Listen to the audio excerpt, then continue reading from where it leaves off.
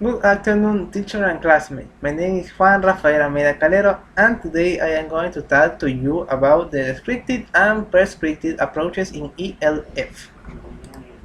The first, we need to answer the question: what are the prescriptive and descriptive approaches? These are two types of approaches that can be used for language teaching. The first is the prescriptive. This approach establishes that the language, in this case the English language, has a base and specific rules. There are a structure in this language.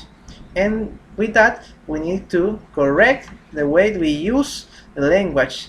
There before, the structure need to be maintained. And in this case, some errors in this structure will be considered a mistake or incorrect use of the prescriptive approach. An example of this is the rule that says you know should be a sentence with a preposition. In this example, I put the example of these two sentences, the correct and the wrong. You can see the correct is with which girl did you go on a date?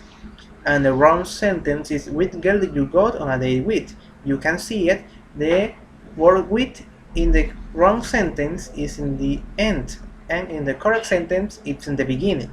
This is an example of a prescriptive approach in the use of language for our students or the making of some words. Now I am going to talk with you about the descriptive approach. This approach, like says our name, this refers to describing the rules of the language to provide a very detailed information more in detail in the foreign or in the study of the language. For me, it's truly useful because I can describe important elements in the English for my students, some words, and I have the opportunity with the descriptive approach to promote critical thinking. An example of this is in some stores that you can see in the image, we use the term self-checkout. And for that, some people think, why you don't use the word less? Because for this type of people, we can count the 20 items or less, but if there were 20 items, we could obviously count them, but the word less than is used instead of fewer. It was less than 20 items. If we should have used the term self-checkout. Now, I do consider that this has changed my perception of teaching. Having analyzed these two approaches, the prescriptive and descriptive, it helped me to establish the relationships and difference. I think they are very useful because studying these two approaches has changed my perception because I have the opportunity to learn new methods can be used to achieve language learning.